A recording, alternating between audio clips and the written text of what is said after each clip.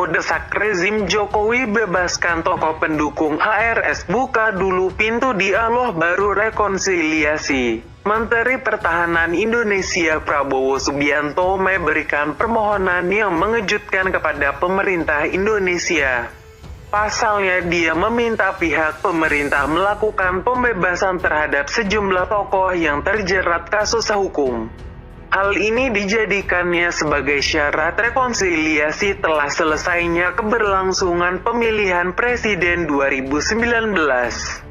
Dikutip dari ri.co.id pada Sabtu, tanggal 14 November tahun 2020. Sekretaris Jenderal Partai Gerindra Ahmad Muzani melalui akun Instagram fraksi Gerindra mengungkapkan bahwa tak hanya pemulangan Rizik Syihab, Prabowo juga meminta pemerintah membebaskan sejumlah tokoh pendukung yang ditangkap karena terjerat kasus hukum, ujarnya.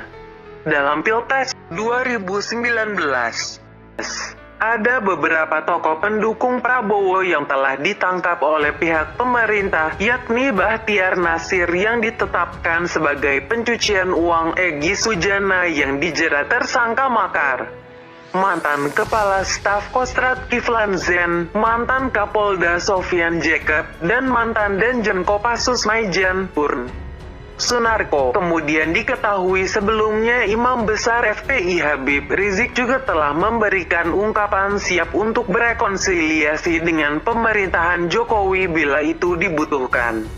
Ada yang teriak rekonsiliasi, mana bisa rekonsiliasi kalau pintu dialog tidak dibuka.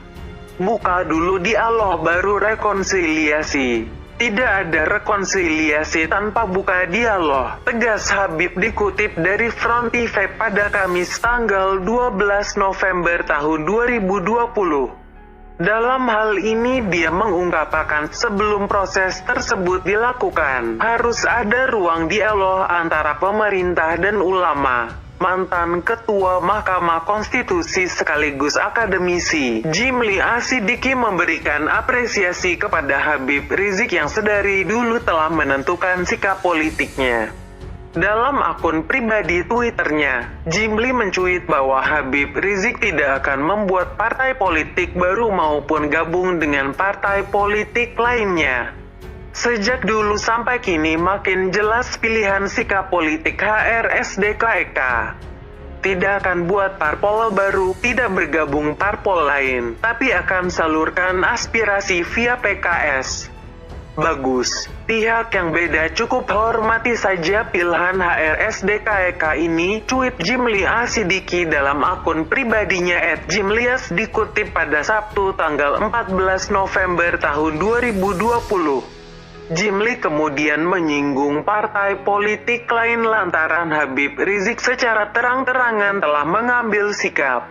Parpol lain mesti tahu diri, termasuk parpol Islam lain bahwa HRS sudah bersikap, imbu Jimli dalam cuitan yang dibagikan Jimli tersebut. Sebelumnya menanggapi video pendek yang berdurasi 25 detik yang memperlihatkan Habib Rizik tengah mengemukakan sikap politiknya. Jangan sampai mubazir, kita tarik suara ini. Kita berikan kepada PKS yang juga partai Islam, ujar Habib Rizik dalam video tersebut. Lebih lanjut, Habib Rizik menegaskan bahwa PKS lah satu-satunya partai yang tidak pernah berkhianat dan setia dengan janji-janjinya.